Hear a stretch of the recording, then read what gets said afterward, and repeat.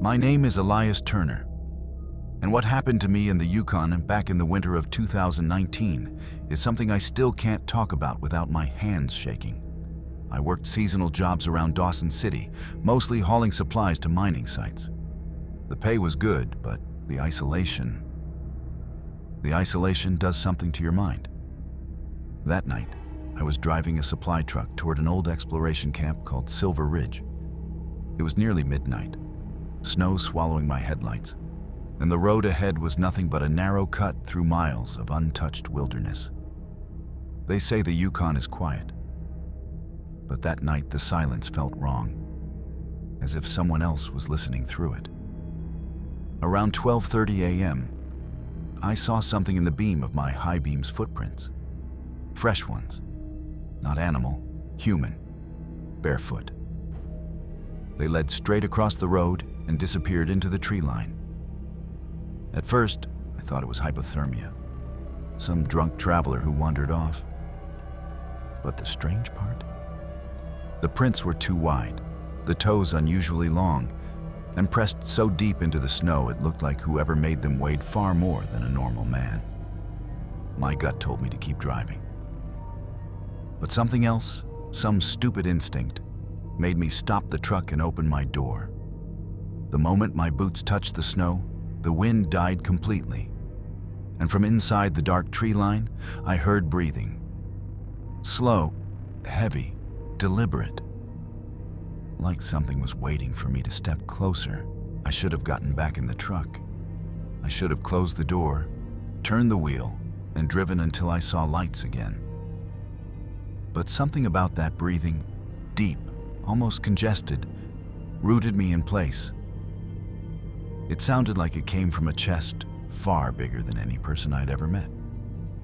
Not a bear, not a moose. Something wrong. The cold air felt thick, almost oily, as if it was wrapping around my face. I took one step toward the tree line, and the breathing instantly stopped. The forest became absolutely still. Even the falling snow seemed to slow down. I whispered, "Hello?" No answer. Then, from deeper in the trees, I heard the crunch of snow, one slow, heavy step, then another. Something was walking toward me. My instincts screamed to move, but my legs didn't listen. I felt like prey, frozen in a predator's stare. The shape finally emerged. Barely visible between the pines, it stood upright. Tall, too tall. Its shoulders were almost brushing the lower branches. I couldn't see its face, just a long, dark outline against the snow. Then it spoke. A voice so low and warped it didn't sound like speech, more like the memory of speech. It said my name. Elias? Not shouted, not whispered, just spoken, like it had been waiting. I stumbled backward, heart hammering, and the thing took one long stride forward, covering nearly 15 feet in a single movement. That's when I turned and ran back to my truck. But as soon as I slammed the door shut, I saw it step out of the tree line. Not running, just following. I floored the accelerator so hard, the truck fishtailed, tires spinning on the packed snow before finally catching traction. My headlights swayed wildly across the road as the vehicle lurched forward. But I didn't care. I just needed distance. I needed something solid between me and that thing. For the first few seconds, I didn't look back. I couldn't. But the feeling of being watched pushed into the back of my skull like cold fingers. Finally, against every instinct, I glanced into the side mirror. It was walking in the middle of the road. Not running, not struggling, just striding slowly, each step impossibly long, covering ground far faster than anything on two legs should. Even as I sped up, the distance between us didn't grow as quickly as it should have. Its arms were too long. I noticed that for the first time they hung almost to its knees. The shoulders were hunched, as if the body was built for something else, something that didn't involve standing upright. I pushed the truck to 70 on a road that should never be taken above 40. The suspension shook violently, but I kept going until the creature faded into darkness behind me. Only then did I breathe. 10 minutes passed, then 15. Eventually, the fear dulled just enough for a dangerous thought to creep in. Maybe I imagined it hypothermia, exhaustion, shadows in the snow. And then, my truck's radio turned on by itself. Static at first, then a voice, warped, deep, and stretched, like it was coming from underwater. "Elias, why did you run?" My hand slipped on the wheel. It had followed me, not physically, but somehow it had found another way to reach me. I grabbed the radio dial with shaking fingers and tried to shut it off, but the knob wouldn't turn. It was frozen in place, vibrating under my hand, as if something inside was forcing it to stay powered. The static grew louder, filling the cab until it felt like needles pushing into my ears. The voice came again, clearer this time. "Elias, don't leave me." The sound had a strange echo to it, like it was repeating inside my skull rather than through the speakers. I slammed my fist against the dashboard. The radio snapped off instantly, not with a fade, not with a click, just gone, like it had never been on at all. I sucked in a breath, trying to convince myself the worst was over. But something else caught my attention. The road ahead was changing. The snow, once untouched, now showed tracks, not tire tracks. Footprints, a single line of them going straight down the middle of the road, illuminated by my headlights. Huge, deep, spaced, far apart, the same footprints I saw earlier. I slowed down, heart pounding so hard it felt like it shook the steering wheel. There was no way those prints could be ahead of me, unless the thing was no longer behind me. As my lights passed over them one by one, I realized something even worse. Every print was pointed toward me, as if whatever made them had been walking backward, facing my truck the entire time. And then, right as the thought struck, my engine stalled, the dashboard died, the lights shut off, and the truck rolled to a silent stop in the middle of the Yukon wilderness. The darkness was absolute. No headlights, no dashboard glow, not even the moon through the heavy clouds. The silence pressed against me from all sides, thick and unnatural. I tried the ignition once, twice, 5 times, nothing. The engine didn't even click. It was like the truck wasn't dead, just unplugged from reality. My breath fogged the inside of the windshield as panic set in. I pressed my forehead against the wheel, gripping it so tightly my knuckles ached. Then something shifted outside. Not footsteps, not breathing. It was weight. Snow compacting beneath something heavy, circling the front of the truck, slow, methodical steps, each one deliberate, as if it wanted me to hear every movement, every approach. I didn't dare lift my head. I just listened, step crunch, step crunch. It moved from the front to the side of the truck, then stopped right next to the driver's door. So close I could feel the faint vibration through the metal. A shadow moved across the windshield. Tall, distorted, completely wrong. Even in the darkness, I sensed it leaning toward me, examining me through the glass, and then something tapped on the window.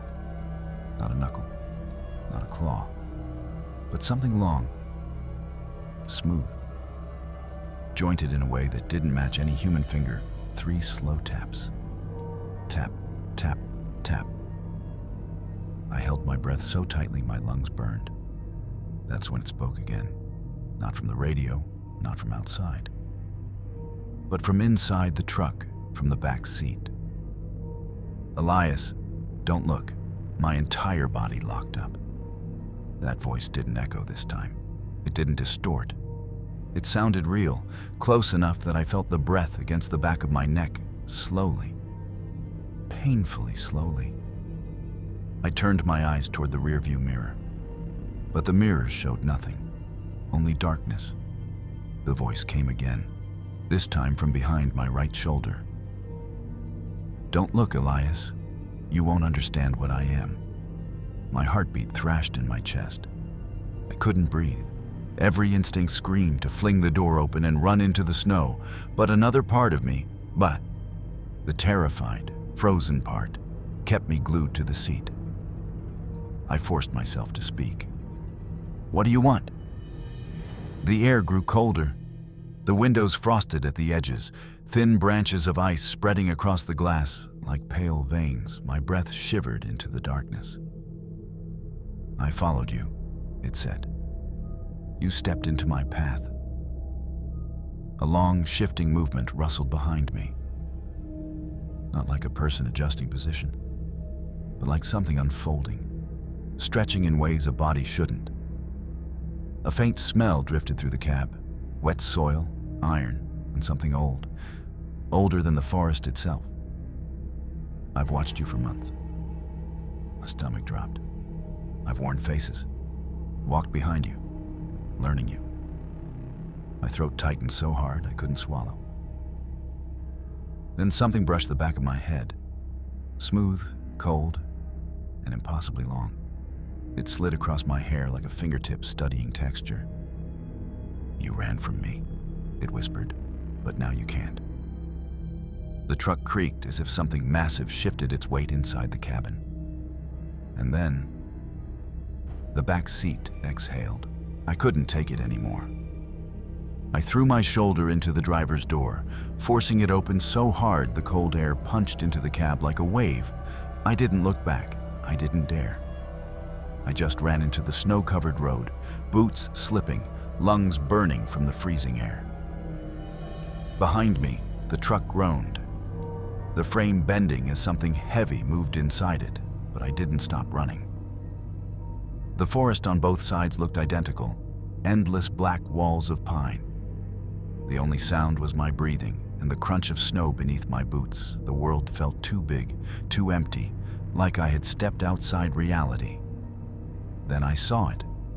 A light, not bright, faint, warm, flickering, coming from deep inside the trees. A cabin? A campfire? Anything human would have been salvation. I didn't think. I sprinted toward it, branches slashing my jacket, snow hitting my face like needles behind me. Something broke through the door of my truck. The sound split the night. Metal twisting, glass shattering, followed by a long, low growl that didn't belong to any animal on Earth. I forced myself deeper into the trees, chasing that small glow until it finally took shape. A wooden cabin half buried in snow, no smoke from the chimney, windows dark except for one. A lantern flickering inside, I reached the door and pounded on it with both fists. "Hello, someone, please." Footsteps approached from inside. Slow, heavy. Relief washed over me. Someone was alive. But then the door creaked open, and the person standing there wasn't breathing. I froze, chest heaving, eyes locked on the figure in the doorway. At first, I thought it was just a person, a hunter, a miner, someone who could help. Relief surged, almost enough to push away the fear. Then I saw its face. Pale, too pale. Eyes blacker than any shadow around it, reflecting nothing. Absorbing the dim lantern light, its mouth was stretched into a grin that didn't make sense. Too wide, too sharp, almost wrong for a human jaw. And the hands. The fingers were long, slender, bending in unnatural angles. It tilted its head at me like a curious animal. "You brought him here," it said. Its voice a whisper, yet it carried through the trees, freezing my blood. "You can't hide from him." I wanted to step back, run, anything. But my legs wouldn't move. The snow under my boots felt like glue. The cabin door, meant to be salvation, suddenly felt like a trap. I looked over its shoulder and realized the interior of the cabin was empty, except for a single chair in the corner. On that chair, the outline of something seated tall, still, watching, waiting. The figure in the doorway smiled again. You saw him on the road. Now he sees you. Before I could speak, the lantern flickered violently. The black-eyed figure vanished, but the sound remained. Slow, deliberate breathing, coming from all around me. And then, the voice I had been hearing since the truck. Elias, why did you run? I bolted. Through snow, through trees, through shadows that seemed to bend toward me. Every step felt like it was measured, counted, predicted.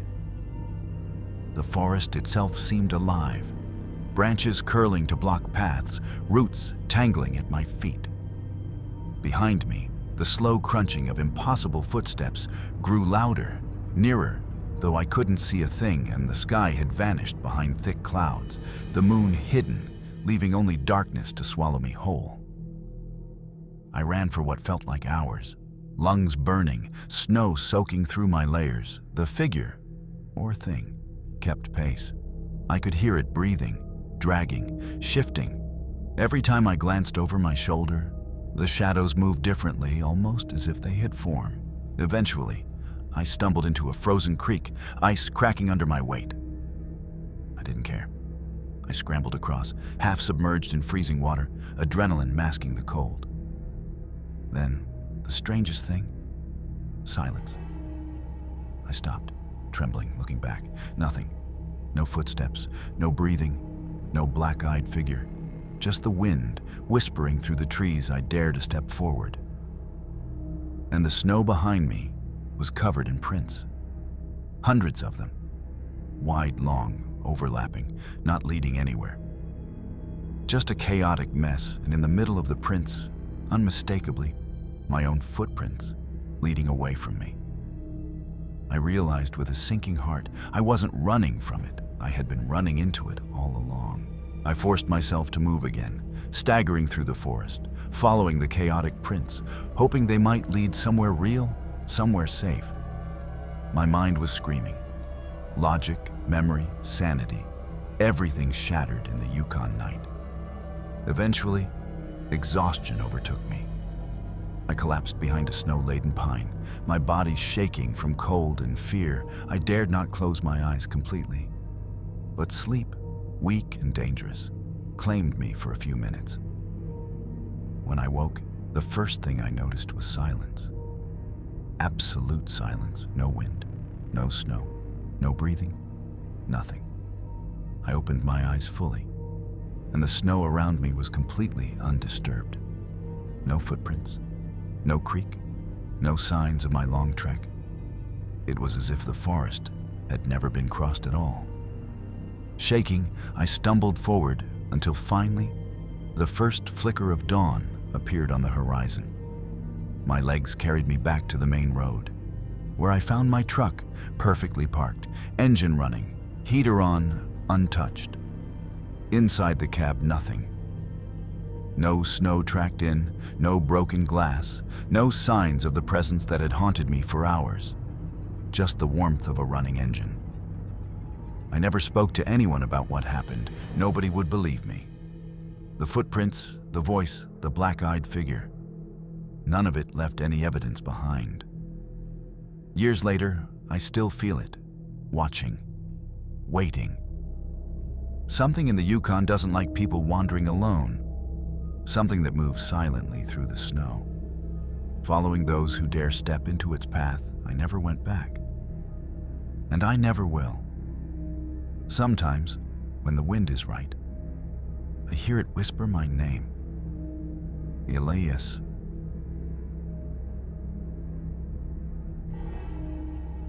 My name is Marissa Hale, and this happened during a solo hiking trip in the Yukon in the summer of 2021. I'd planned the adventure meticulously. Map, GPS, emergency radio, enough supplies for a week. The locals warned me about sudden fogs, rogue bears, and disappearing trails, but I laughed it off. I was experienced. I was careful. I had done long hikes in Alaska and northern Canada before. Nothing could scare me. On the third day, I decided to take a less traveled route along a ridge near Kluane National Park. The air was crisp, the forest dense, and the sun flickered through the pines, casting dappled shadows on the narrow path. But by mid-afternoon, the wind shifted, and a heavy fog rolled in, thick and yellowish, swallowing the trail. I stopped, tried to retrace my steps. The path I had walked along vanished. 1 second, the ridge had been clear. The next, I was surrounded by a gray wall of nothingness. My compass spun erratically, my GPS flickered, then shut off completely. Then I heard it. Footsteps behind me. Soft, slow, deliberate. Not human, not quite animal. I froze, my stomach sank. I called out, "Hello? Is someone there?" But my voice seemed to vanish into the fog. The footsteps didn't stop. They circled me, getting closer. Each step pressed into the soft moss beneath my boots. But I couldn't see anyone. The fog shifted, and for a moment, I glimpsed something tall, black, moving just beyond the mist, not running, watching, waiting. I realized, with terror, that I was completely alone. And yet, I wasn't. I forced myself to keep moving, trying to follow the faint outline of the ridge. Every step felt like sinking into wet cement.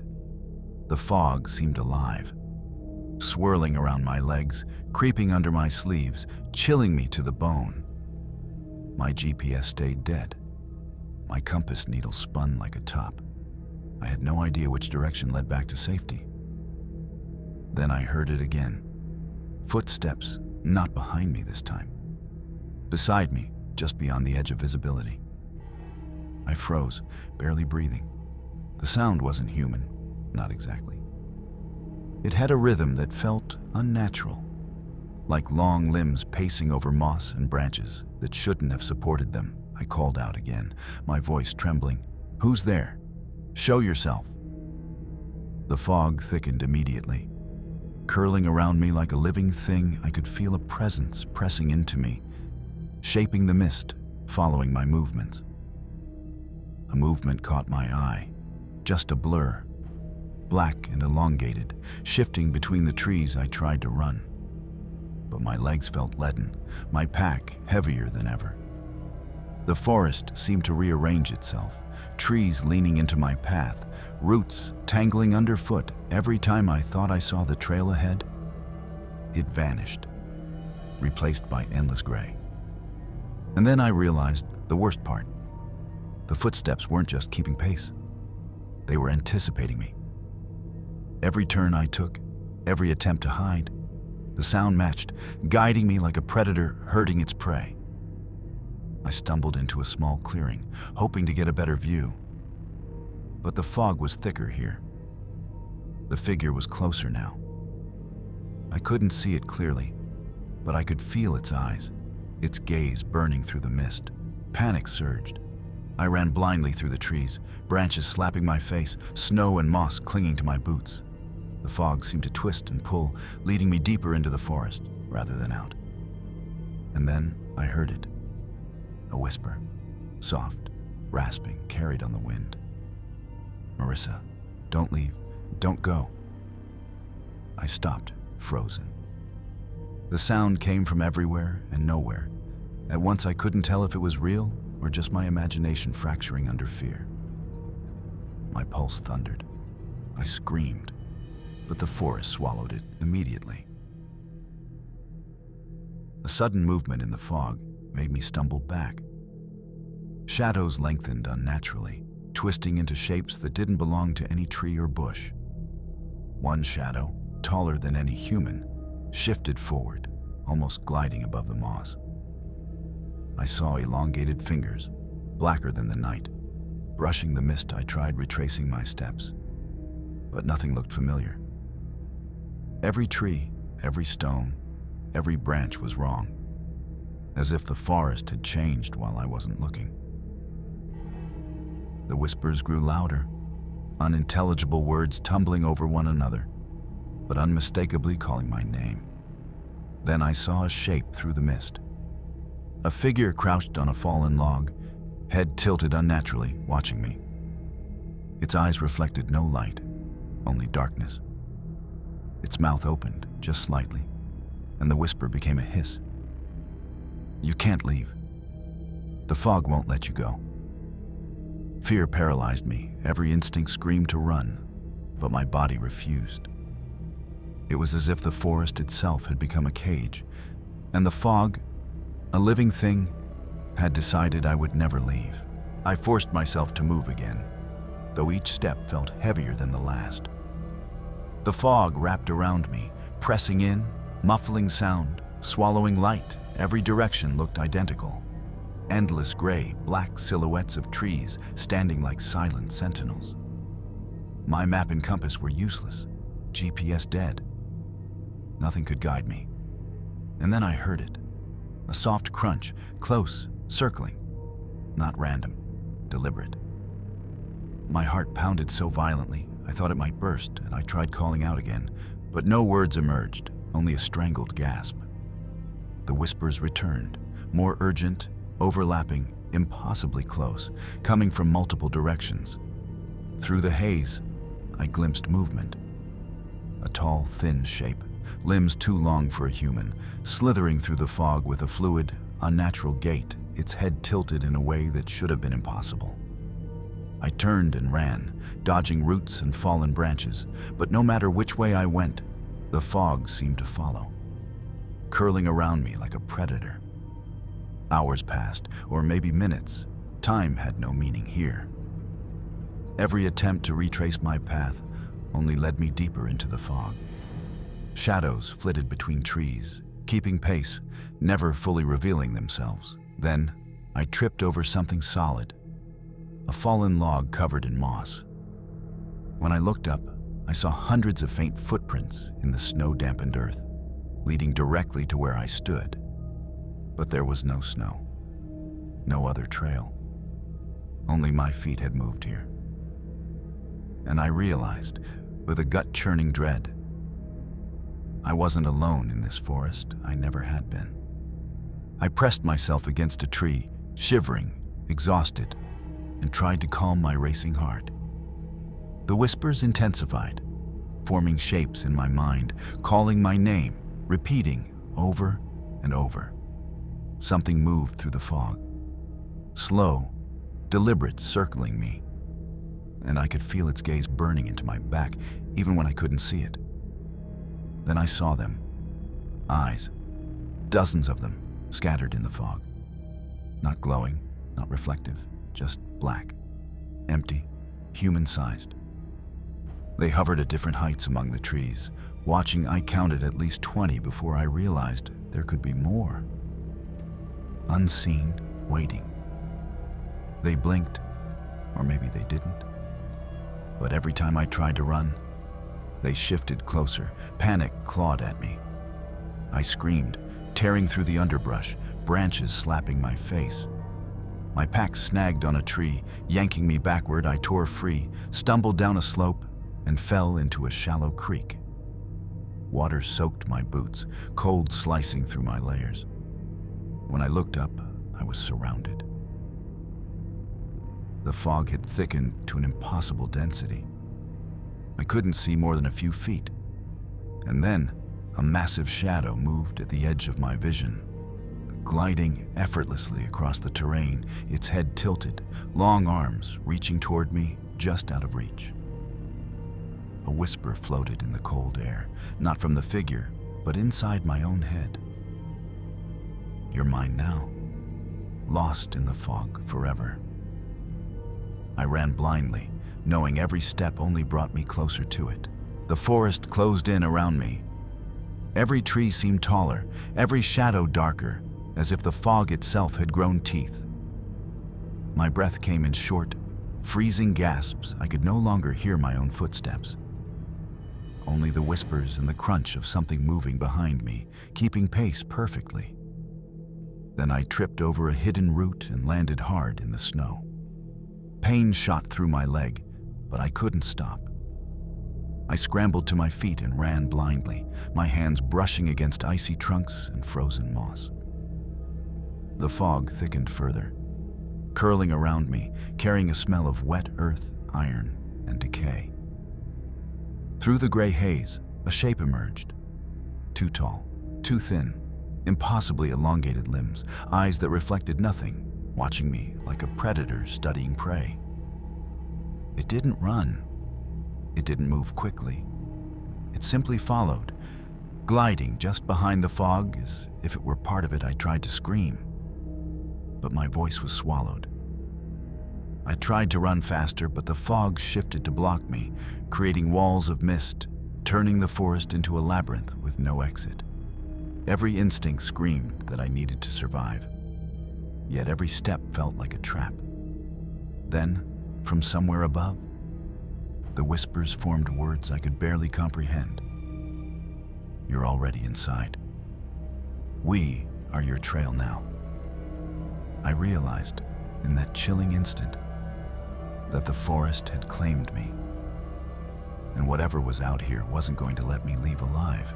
I slowed, too exhausted to keep running, leaning against a massive pine. That's when I saw them, dozens of dark silhouettes, standing perfectly still among the fogged trees, not human, yet vaguely human-shaped. Their heads tilted unnaturally, limbs impossibly long. They didn't move, didn't breathe audibly, yet I felt their attention, every pair of eyes fixed on me. The whispers returned, louder now, overlapping into a deafening chorus, calling my name, telling me to stop, warning me. I wanted to turn and flee, but my body refused. It was as if the fog itself had fused with the forest, and every tree, shadow, and shape was conspiring to trap me. I stumbled forward, crashing through branches and frozen moss. The figures moved with the fog, appearing closer each time I turned, surrounding me in a perfect circle. One figure glided silently toward me, stopping just a few feet away, tilting its head in curiosity. Its eyes were empty black voids, yet I could feel its awareness piercing through me. The whispers turned into a single, urgent voice in my head. You can't leave. Not alone. Not ever. Panic gave me strength. I ran blindly, tumbling down a slope, branches slapping me, snow soaking my clothes. Behind me, the chorus of whispers faded slightly. But the presence of those figures lingered. I was trapped in a nightmare I couldn't wake from. The forest, the fog, the shadows. They were alive. And I was no longer a visitor. I was their prey. I ran blindly, branches tearing at my jacket and face, snow soaking through my boots. The forest seemed endless. The fog twisted around me, reshaping the landscape, turning familiar trees into monstrous shadows. Then I saw it. A massive shape emerging from the fog, taller than any human, hunched and dark, with limbs bending in ways no human body should. Its head tilted unnaturally, observing me, unblinking eyes reflecting nothing but black voids. My heart froze. The whispers surrounded me, now louder, more urgent. They weren't coming from the shadows. They were inside my head, urging me to stop, pleading for me to surrender. Every step I took forward seemed measured, manipulated, as if the forest itself guided me toward it. I stumbled over a root, falling face first into the snow. The shadow leaned closer, gliding over the ground, impossibly fast and silent.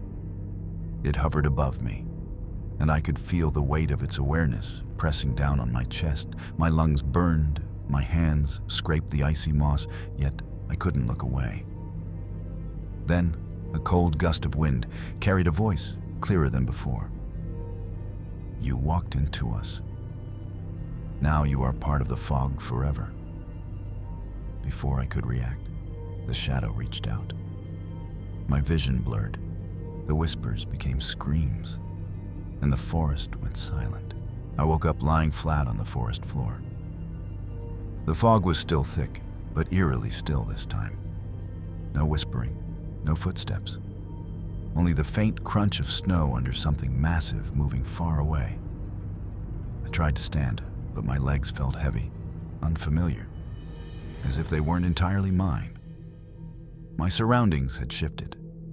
The ridge, the path, the creek, none of it looked familiar. Trees were in impossible positions, and shadows stretched in unnatural ways. And then I realized the worst part. I couldn't find my footprints, where I had fallen, where I had run. There was nothing but pristine snow. My pack was gone. My supplies were gone. I was alone, yet watched. The whispers returned, soft, almost affectionate. "You are home now." A shadow moved through the fog, taller than the trees, gliding effortlessly, circling me without noise. I tried to scream, but no sound came out. I was trapped, my body no longer fully my own, tethered to the forest and the fog that had claimed me. The sun tried to pierce the mist, but even daylight couldn't reach me.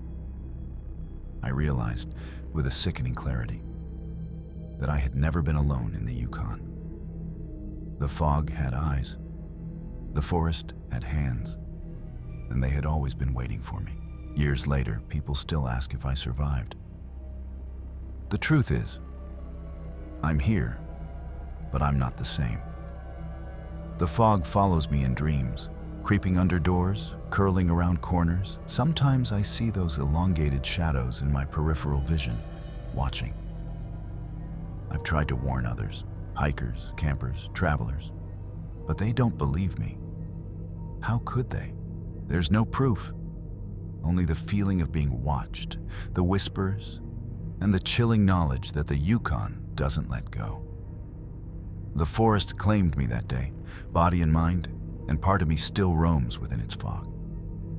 And sometimes, when the wind shifts, I hear a voice that isn't mine. "Marissa, you can't leave." I no longer venture into the wilderness alone. I never hike at night. And yet, the forest remembers. The fog remembers. And it waits for the next one to wander in. Somewhere out there, deep in the Yukon, the mist coils around the trees, the shadows shift silently, and the whispers continue. And one day, it may call your name too.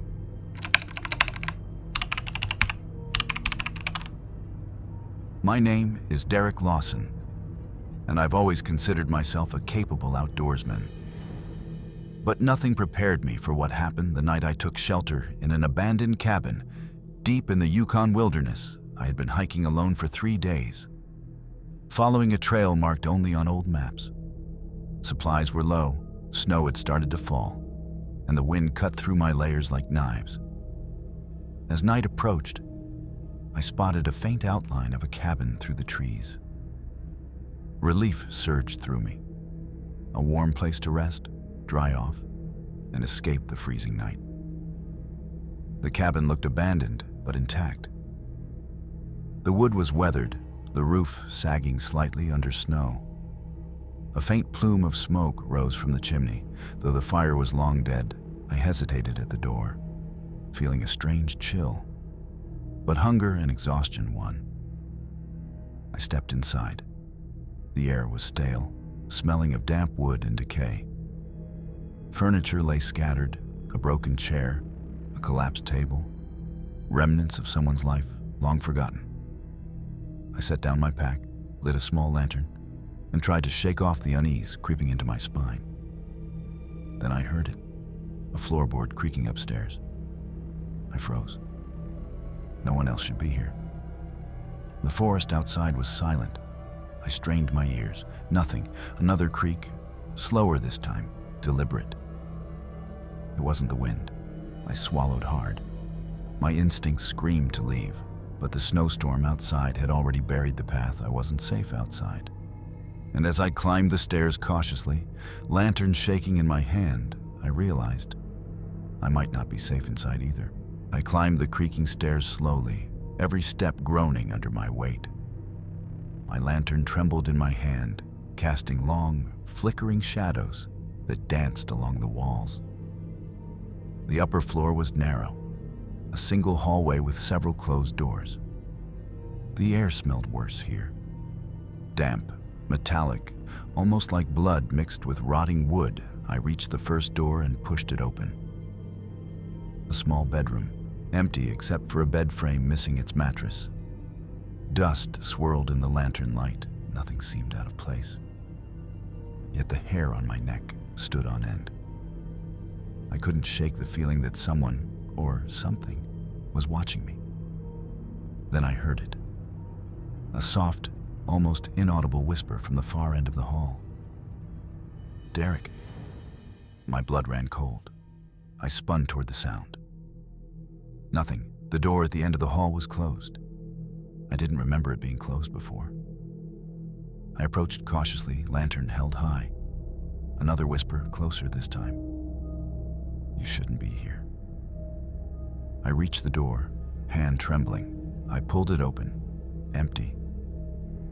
The room was pitch dark, but I could see faint scratches along the floor, as if something had been dragged across the wood. My heart thumped painfully. Suddenly, the door slammed shut behind me. The room plunged into darkness. The whispers grew louder, overlapping, echoing in the confined space. My lantern flickered violently, then went out. I was left in total darkness, alone. And yet, I could feel the presence of someone, or something, standing just inches away. I pressed myself against the wall, trying to calm my racing heart.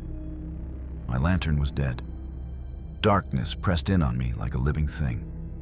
Then I felt it. A cold breath on the back of my neck, slow, wet, unnatural. I spun around, trying to see in the pitch black. Nothing. The whispers had stopped. Silence. But the air had weight. Thick, heavy, like something solid hovering just out of reach. I fumbled for my phone, but it had no signal. No light. No escape. Panic surged. Yet I couldn't move. It was as if invisible hands held me in place. Another cold exhale brushed against my ear, closer this time.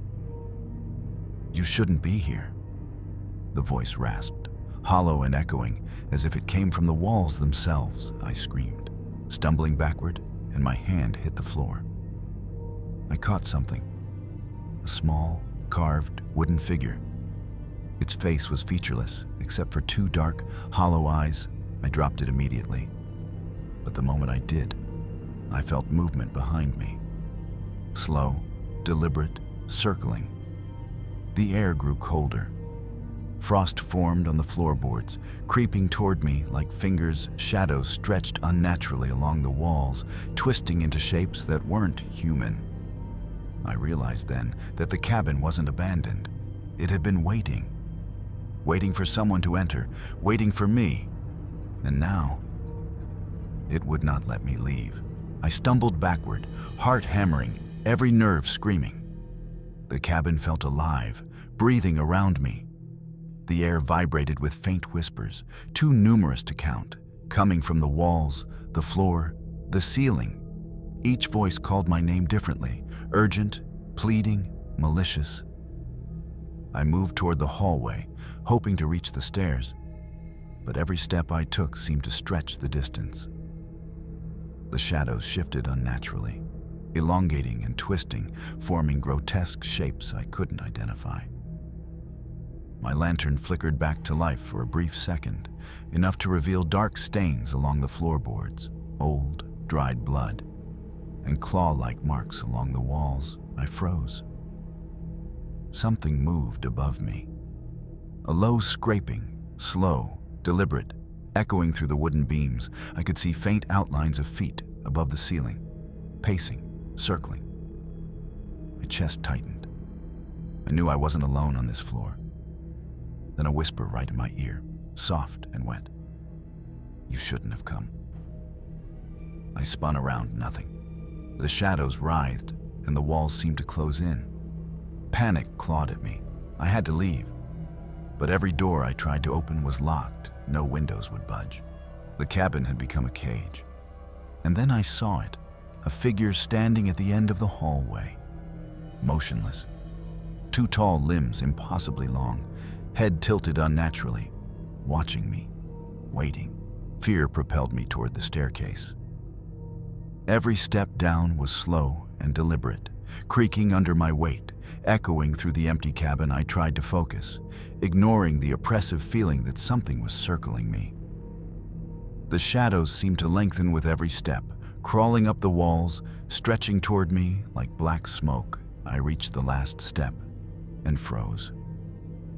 A hand, impossibly long, skeletal, blackened, shot out from the darkness and grazed my shoulder. Pain flared, but it was nothing compared to the ice-cold dread that froze me to the spot. I could feel its presence breathing down my neck, whispering into my mind. "You belong here."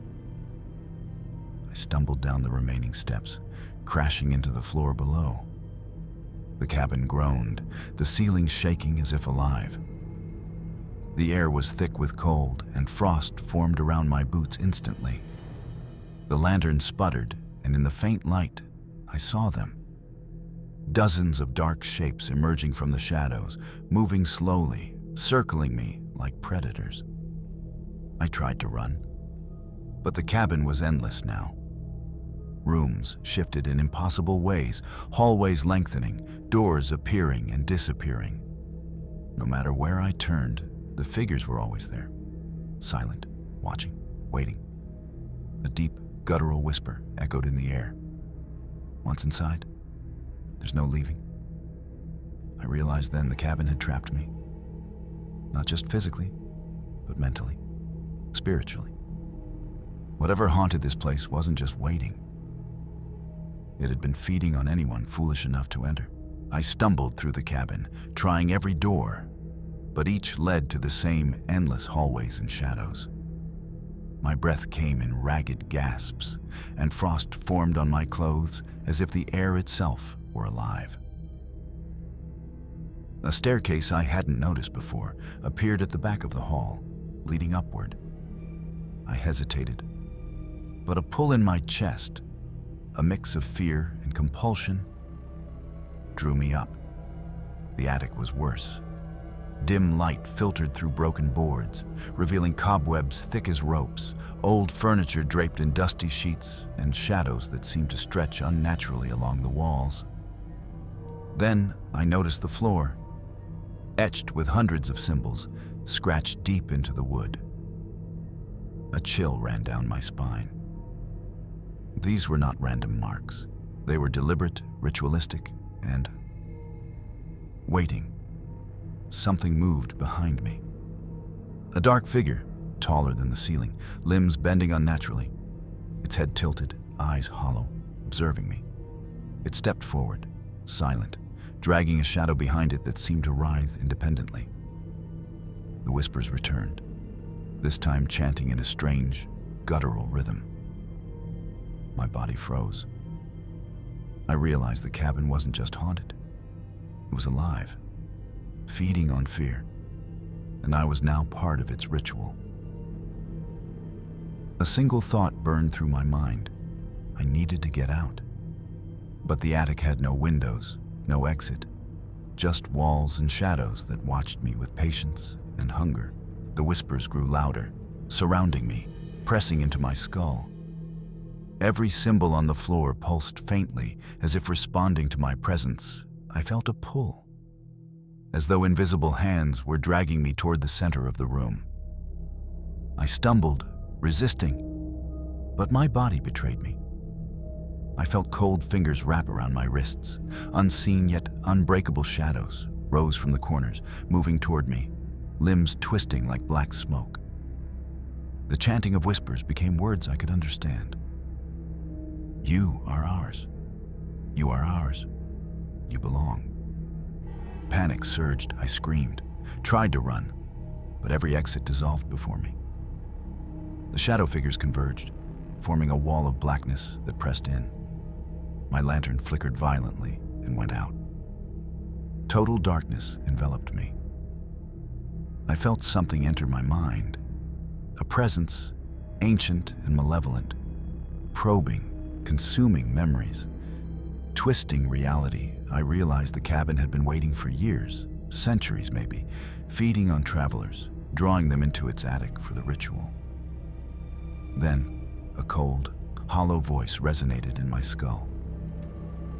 You came willingly. Now you will stay. The shadows surged. The symbols on the floor glowed faint red, and the attic walls seemed to pulse, breathing with life. Every instinct screamed to resist, but I felt my body move on its own, drawn toward the center, into the cabin's ritual. I tried to fight, but it was useless. My body obeyed the cabin, my mind consumed by whispers and shadows. I saw one figure step closer, impossibly tall. Head tilted unnaturally, eyes black voids staring into mine. Its elongated hand reached out, and I felt a cold, crushing force pressed down on my chest. The attic pulsed with energy, the symbols glowing brighter, shadows stretching and twisting around me. The whispers became a deafening roar, chanting my name, recounting every fear I'd ever had. My own voice joined them involuntarily, screaming into the darkness. And then, a sudden silence. The figure stopped, tilting its head, observing. The shadows froze. The symbols dimmed. I gasped, chest heaving, realizing I had been judged. A whisper, softer this time, echoed in my mind. You may leave, for now, but you carry us with you. I stumbled down the stairs, the cabin quiet once more. The door at last opened to the snowy night outside. I ran blindly into the forest, my breath freezing in the air, my heart hammering. But the terror did not leave me. Every shadow in the forest seemed elongated, every creak of wood or rustle of snow, a whisper calling my name. I had survived the cabin, but the cabin had never released me fully. I know now it waits, patient and eternal, for the next traveler who dares to step inside. I escaped the cabin into the frozen Yukon night, snow crunching underfoot, heart pounding violently. The forest was eerily silent, but I could feel it, the cabin, the shadows, the ritual, still with me. Every step I took seemed guided, every rustle of trees a whisper calling my name. Days passed. I returned to civilization, but the terror didn't leave. Shadows lingered in my peripheral vision longer than they should be, stretching unnaturally. I heard faint whispers at night, soft and wet, uttering my name. The air in my small apartment sometimes smelled of damp wood and snow, as though the cabin had followed me. I tried to speak of it, to tell others. Friends laughed it off, but I could see the unease in their eyes. They sensed it too, even if they didn't understand. And the nightmares. Oh, the nightmares. Every time I closed my eyes, I was back in the cabin. The shadows circling, the symbols glowing faint red, the whispers chanting, pulling me toward the attic once more. I'd wake up drenched in sweat, shaking, the wooden figure I had found lying on my nightstand, its hollow eyes staring into mine. I understood then. Escaping the cabin didn't matter. Its influence reached beyond its walls. I carried part of it with me, a seed planted deep in my mind, ensuring I would never truly be free. Years later, I still hear it. A whisper when I walk alone, shadows that stretch unnaturally, corners of rooms that feel impossibly dark. The Yukon cabin never let me go. And sometimes, in the dead of night, I hear the faint scraping of wood. A staircase creaking in a place I haven't been. I've tried to warn others, to write about it, but the words never capture the horror. No one believes me. How could they? There's no evidence, no proof, just a memory. A haunting presence. A carved wooden figure that moves on its own. Sometimes I think it waits for me to return. And deep down, part of me wants to go back, to see if I can face it, to challenge the shadows that claimed me. But I know the truth. The cabin feeds on fear, and it never releases its prey fully. I live with it every day. I see it in every dark corner, in every flicker of a shadow, in every creak of a floorboard. I hear its whispers constantly. And I know with absolute certainty that one day it will come for me again. If you ever find an abandoned cabin in the Yukon, don't enter step back. Run, and pray that it isn't already waiting for you. Because if it is, you'll never leave.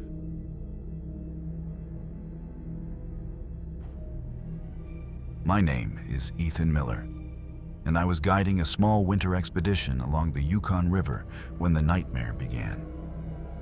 The trip was supposed to be routine: snow, ice, and survival training. But nothing could have prepared me for the horror that awaited. It was late afternoon, and the sky had darkened under heavy snow clouds. The river stretched ahead, frozen solid in most parts. Cracked in others, I led the group carefully across a wide, snow-covered stretch. But I kept feeling watched. The forest lining the riverbank seemed too quiet, the wind carrying whispers I couldn't place. We made camp on a narrow strip of ice, my team trusting me to keep them safe. As the night deepened, the snowstorm worsened. Shadows flickered in the corner of my eyes, something moving just beyond the tree line. I told myself it was exhaustion, paranoia, but the feeling persisted, gnawing at my mind. Around midnight, a sound stopped me cold, the ice cracking from underneath us. The river was breathing, groaning. Something massive lurked beneath the frozen surface. I saw a shape, long, black, serpentine, moving just under the ice. My heart froze. The team was asleep, unaware. I tried to shake the feeling, rationalize it. Maybe it was a driftwood shadow, maybe the ice cracking normally, but the whispers started then. Soft, guttural, calling my name. I wasn't imagining it. Whatever was beneath that ice knew I was awake. I realized with dread that our location, our safety, our very lives depended on whether the river would allow us to leave, and tonight it had its own rules. I couldn't sleep. The snowstorm outside made everything muffled, but the river beneath the ice groaned and shifted like it had a life of its own. I rose to check the perimeter, trying to keep calm. But each step on the brittle ice sent tiny cracks radiating outward. My heart raced with every sound. That's when I saw it. A dark shadow under the ice, moving fast, darting beneath us. It wasn't a fish, it wasn't debris. Its length was impossible, curling and stretching like a nightmare made real. My stomach dropped. I called out to my team, but the words barely escaped my lips over the wind. I tried to step closer for a better look, and the ice beneath me trembled, as though sensing my presence. The whispers began, low, guttural, almost intelligent. They weren't coming from the wind. They were inside my head, calling me by name, taunting, warning. I froze, the lantern in my hand shaking violently. Then, a massive crack ran under my feet. I stumbled, catching myself just in time. The shape beneath the ice paused, as if observing me, measuring me. My instincts screamed to retreat, but every move felt trapped, as though the river itself had become a predator. I looked toward my team, all still asleep in their tents. Their presence made the stakes worse. Whatever lurked beneath the ice wasn't just after me. It was waiting, patient, intelligent, and hungry. Suddenly, the ice trembled violently. A deafening crack split the night. I screamed as the river erupted beneath us, sending snow and ice shards flying. My boots skidded on the slippery surface. I saw it then. The massive black shape breaking through the ice, a long, sinuous body emerging with unnatural speed. The shadows around the campsite seemed to bend toward it, as if the forest itself aided the creature. My lantern fell, shattering on the ice, and I was plunged into darkness, except for the moonlight glinting on its glistening black scales. Its head rose, impossibly large, with eyes that reflected nothing but hunger. I tried to shout a warning to my team, but the wind stole my voice.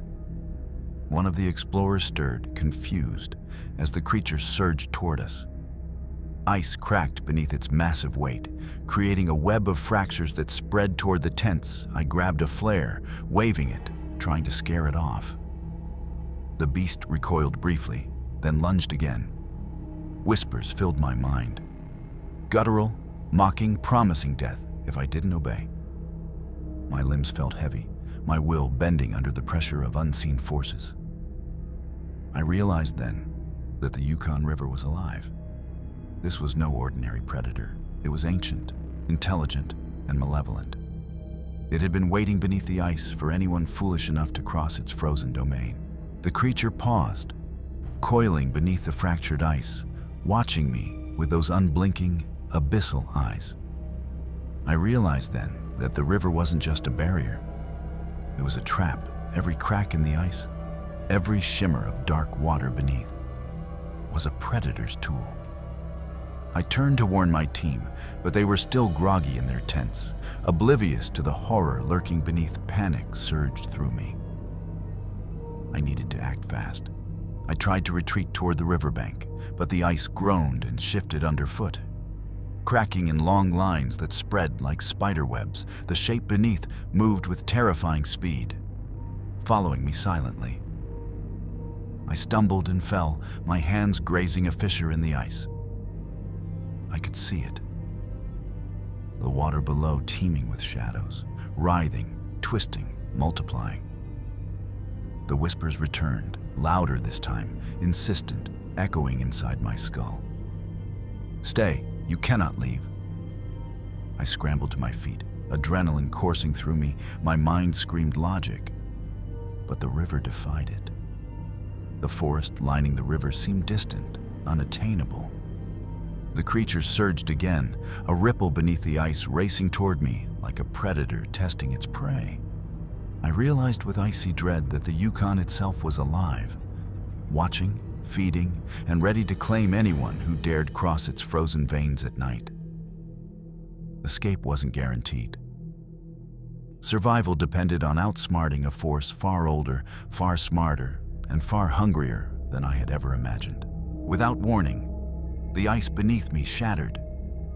I fell hard, arms scraping against the frozen surface as a wave of black water surged up through the fissures. The creature emerged partially, its serpentine body twisting and writhing, scales glinting in the faint moonlight. Its head was enormous, eyes void black, mouth wide, showing jagged, ice-encrusted teeth. I scrambled to my feet, trying to retreat, but every step threatened to break the ice further. The whispers were deafening now, multiple voices overlapping in a chaotic chant, urging me to stay, promising death if I fled. My team began to stir in the distance, hearing the ice groan, but none could see what I saw, the ancient horror beneath. The creature struck again, thrashing, sending shards of ice flying toward me like deadly projectiles. I dove sideways, narrowly avoiding a crushing blow. The river trembled beneath me, each movement of the beast causing massive cracks to spiderweb in every direction. I realized that logic and skill wouldn't save me. This wasn't a fight of strength. It was a test of cunning, reflex, and sheer willpower. One wrong move, and the river would consume me, dragging me beneath its frozen, shadowed depths, joining the countless others it had claimed before. And the whispers made it clear. It knew my every thought, my every fear, and was feeding on them. I ran, each step sending icy shards scattering across the frozen river. The creature followed with impossible speed, gliding silently beneath the cracked ice. The whispers in my head, were relentless, filling every corner of my mind. Stop. You cannot escape. You belong. My lantern lay shattered, leaving only the pale moonlight to guide me. Every crack in the ice was a potential trap. The snowstorm had intensified, and visibility was near zero. I could barely see my team's tents in the distance, but the river had widened into an endless expanse of darkness and treacherous ice. Then I saw it. A fissure opening beneath my foot, black water gaping, cold and uninviting. I leapt sideways, heart hammering, barely avoiding a plunge. The creature surged upward again, head and massive coils breaking through the ice, thrashing violently. It was enormous, far bigger than any snake or animal I had ever seen. Its eyes locked onto mine, intelligent, malevolent, calculating. I realized the creature wasn't just attacking, it was testing me, herding me toward some unknown end. The ice groaned beneath me, cracks spreading like lightning. If I misstepped, it would swallow me instantly. I had to survive. But every instinct told me the river itself was alive, willing it to happen, and the night air was thick, almost solid, and the whispers grew louder. I was alone on the frozen river, trapped between the ice and an ancient, intelligent predator, with no idea if I could survive. Desperation overtook me. The river was endless ice and darkness. The creature's head rose again, long black coils surging beneath the surface, each movement sending cracks toward me. I realized I couldn't outrun it. The ice itself was a weapon, each step bringing me closer to death. Then I saw it. A narrow strip of snow-covered land at the river's edge, only a few meters away. My pulse surged. If I could reach it, I might survive. If not, I would plunge into the frozen abyss. I took a deep breath and ran, every step trembling, ice cracking beneath me. The creature lunged. Shadows rippled across the ice, the whispers screaming inside my head. I leaped, feet barely making it to solid ground, and felt a sudden rush of relief as I collapsed on the snow. The creature paused at the river's edge, its massive coils thrashing violently, sending ice and snow flying. Its eyes met mine, intelligent, furious, calculating. It didn't leave. It simply withdrew slightly, waiting. The whispers in my head softened, almost respectful. You survived, this time. But I knew better. Survival didn't mean freedom. The creature had tested me, learned me, and it would wait.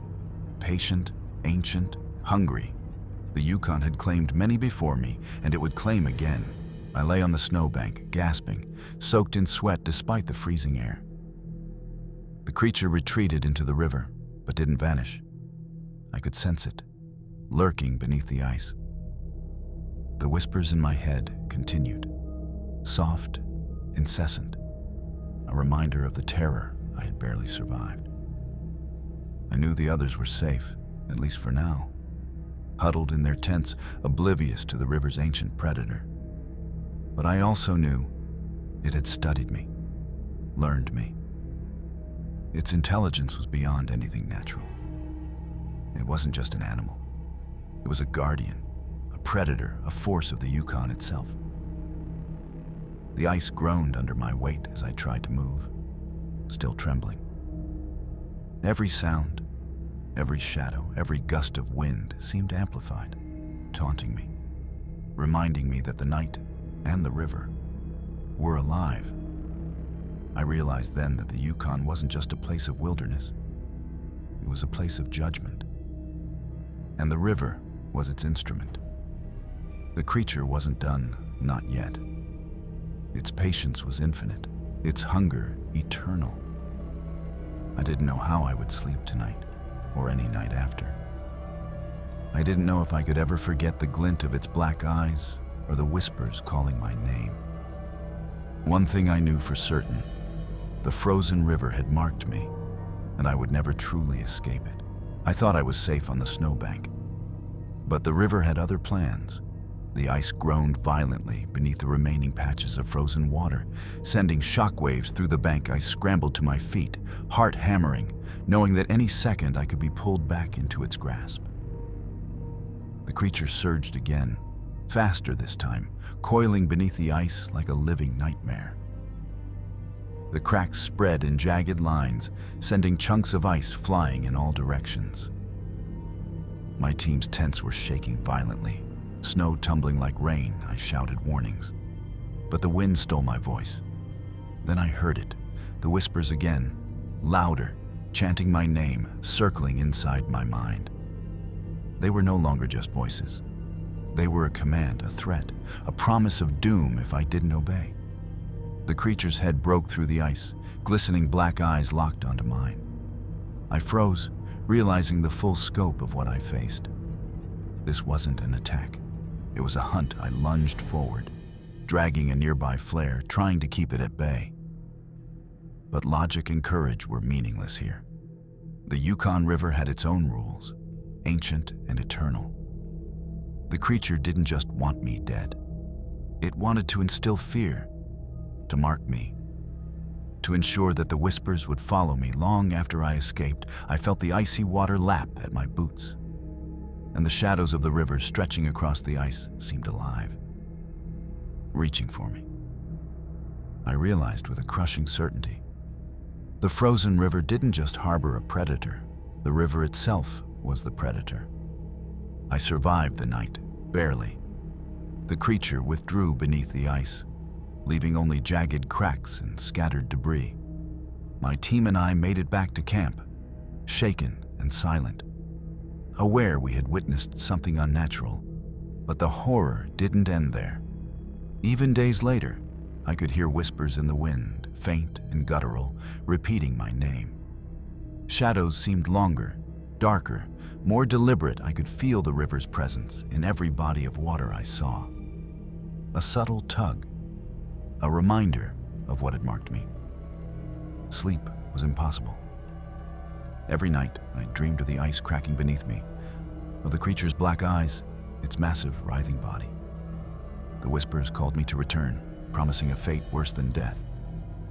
I realized then the terrifying truth. The creature wasn't just part of the river. The river itself was alive, patient and intelligent, ancient and eternal. It claimed those who crossed it, but even those who escaped carried its mark, a lingering fear, a shadow in their mind, a reminder that it was always waiting. I warn anyone who ventures into the Yukon in winter. Respect the rivers, respect the ice, and heed the silence. Because beneath that frozen surface lies a predator beyond comprehension, and its patience is infinite. If it chooses you, you may never truly escape.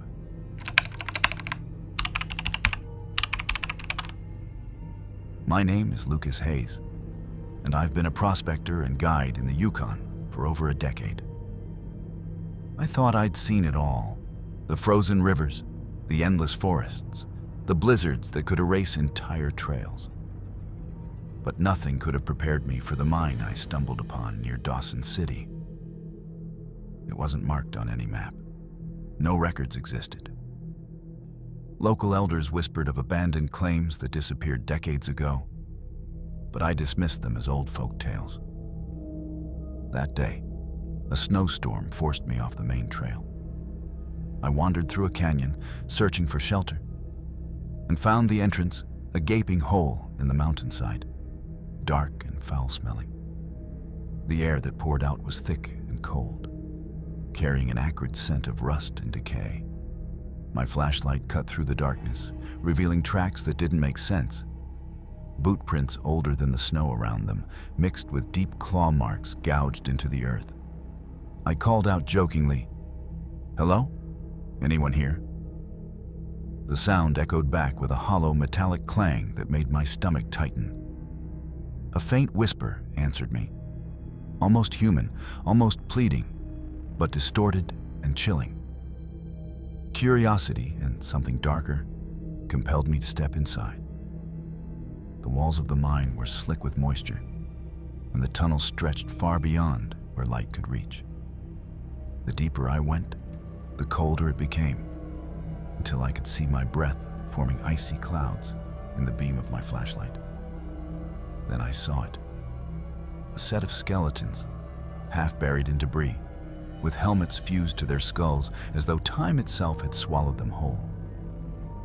And in the shadows beyond, I thought I saw movement. Something waiting.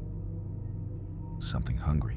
I stepped deeper into the mine, my flashlight cutting a narrow path through the suffocating darkness. The air grew colder, heavier, as if the walls themselves exhaled a chill that seeped into my bones. Each step echoed unnaturally, a hollow, metallic clang that bounced back at me from every jagged wall. Then I heard it. A whisper, soft and frantic, calling my name, "Lucas, Lucas." My pulse skyrocketed. No one should have known my name. The sound came from all directions, bouncing off the walls, growing louder, more insistent. I froze, trying to rationalize it. But my gut told me something was very wrong. I noticed symbols etched into the walls, ancient and unfamiliar, carved deep as if to summon or contain something. The skeletons I had seen near the entrance seemed to be positioned deliberately, hands outstretched as if in warning or prayer. A sudden scraping sound echoed from deeper in the tunnel. My flashlight flickered, and for a brief second, I thought I saw movement. Shadows twisting unnaturally, crawling along the walls like living smoke. I stumbled backward, heart hammering, but the tunnel seemed to stretch endlessly ahead. A voice, distorted, half human, half something else, whispered directly into my ear. "You shouldn't be here." The words were cold, intimate, a warning that froze me in place. I realized with sinking dread that this mine was alive. Or at least, something inside it was. Something that had waited decades for intruders. The whispers grew louder, echoing from every direction. I could feel it, the presence, something watching, moving silently in the darkness just beyond the flashlight's reach. My hands shook as I gripped the beam tighter, trying to push forward. But the tunnel seemed endless. Walls closing in. Suddenly, a shadow lunged across the walls, faster than anything natural. Impossible to track, I stumbled back, tripping over rocks and debris, heart racing as cold sweat poured down my back. The scraping and whispering intensified, now surrounding me, coming from above, below, and behind, and then I saw it. Glowing eyes, faint red, reflecting in the wet walls. They disappeared instantly. But the sensation of being stalked remained, every instinct screamed to flee. But the mine's twisting tunnels seemed to have no exit. The skeletons near the entrance were gone. I swore they had shifted, repositioned themselves to block my escape. A guttural growl reverberated through the tunnel. It was an animal, too intelligent, deliberate. Something ancient, predatory, and malevolent had made this mine its home. And now it had noticed me. I realized, with a sinking horror, that the lost miners had not died by accident. They had been hunted, trapped, and claimed, and whatever remained was still hungry. I pressed forward, trying to ignore the gnawing fear in my gut. Each step echoed like a drumbeat, announcing my presence to whatever lurked in the darkness. The walls of the mine seemed to breathe, expanding and contracting ever so slightly, as if alive. The temperature dropped sharply, my breath freezing midair. The whispers were relentless now, overlapping, echoing from all directions. I could hear the frantic voices of the lost miners, twisted and distorted, mixed with something else. Something older and darker. It spoke in guttural tones I didn't understand. Yet the meaning was clear. I was trespassing in its domain. I stumbled into a larger cavern, and my flashlight illuminated a horrifying sight. Piles of rusted tools, helmets fused with skeletal remains, and deep claw marks gouged into the stone walls. The shadows on the walls moved independently, stretching and contorting like living smoke. Then, without warning, something slammed into me from behind. I hit the ground hard, scraping my hands and knees. My flashlight tumbled away, leaving me in near total darkness. The whispers grew louder, circling me, urgent and mocking. "You shouldn't be here. You'll join them." I scrambled to grab my flashlight, shaking violently. The shadows moved closer, creeping along the walls, floor, and ceiling. I realized with sickening clarity, the mine was alive, and it had me trapped. Every exit I thought I saw was a trick, a lure designed to keep me inside. I managed to scoop up my flashlight, my hands trembling uncontrollably. The beam flickered across the cavern, revealing something massive moving in the darkness. It wasn't entirely human, not entirely animal. A shape that twisted and writhed unnaturally, scaling the walls and ceiling with impossible speed. Its eyes glowed faint red, intelligent and malevolent, studying me. The whispers coalesced into a single voice in my mind. "You are mine, like the others." I backed away, heart hammering, realizing I was trapped in a predator's lair. The skeletons weren't warnings, they were trophies. I was intruding into an ancient hunger, a force older than the Yukon itself. I tried to escape down a side tunnel, but it was a dead end. The entity's shadows stretched toward me, filling the cavern with darkness so thick it swallowed light. The walls pulsed subtly, alive with malevolence. I knew running wasn't enough. I needed to understand it, trick it, survive it. My mind raced for options, but the whispers grew deafening, the red eyes unblinking, and the air thick with an unnatural chill. I had entered a nightmare made real, and the mine's entity had already decided my fate. It waited, patient, ancient, hungry, and I was exactly where it wanted me. I ran blindly through the twisting tunnels, my flashlight beam shaking wildly. Every corner I turned seemed identical to the last. The mine had become a labyrinth designed to trap me. The whispers echoed, circling me like a swarm, now a chorus of tormented voices. The walls seemed to pulse, breathing, alive.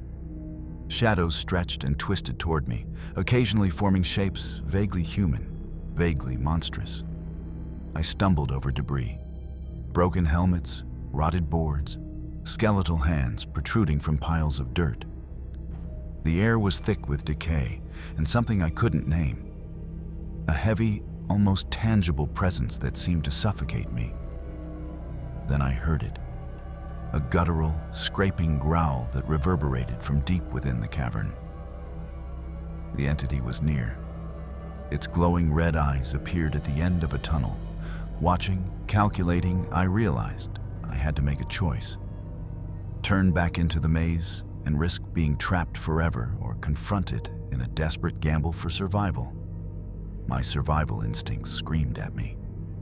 I grabbed a rusted pickaxe from the debris, heart hammering, knowing it wouldn't kill the thing, but might buy me time. I moved cautiously, each step measured, aware that a single mistake could doom me to become another whispering voice in the mine. I stopped at a small cavern, cornered. The entity emerged from the shadows fully this time. A massive, writhing figure.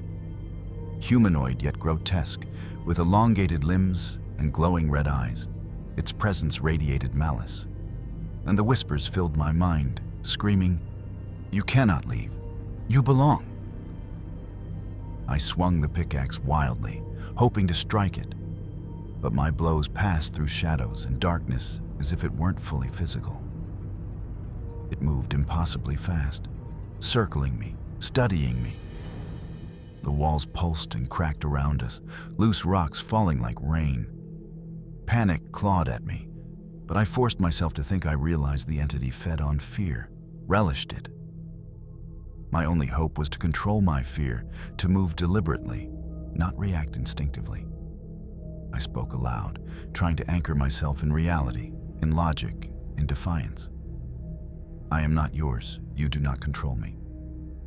The whispers faltered for a moment, hissing, angry. The creature recoiled slightly, its glowing eyes narrowing. I seized the moment, backing toward a side tunnel that might lead to the surface. It surged after me, shadows lashing, but I felt a spark of hope. I might survive if I stayed calm. I dashed into a narrow side tunnel, the entity following with impossible speed. The air grew warmer, lighter. I could feel the surface close. The whispers continued, weaker now, frustrated, as if my defiance had weakened its control. Falling rocks blocked part of the tunnel, forcing me to crawl through tight, jagged passages. My hands were raw, my body bleeding, but I couldn't stop. The glowing red eyes appeared intermittently, reflecting in the damp walls, watching, measuring, stalking. Finally, I saw light ahead. Faint, pale, the first sign of the Yukon sky above. I surged forward, the entity thrashing violently in frustration, its shadow lashing at the walls, unable to fully reach me in the confined tunnel.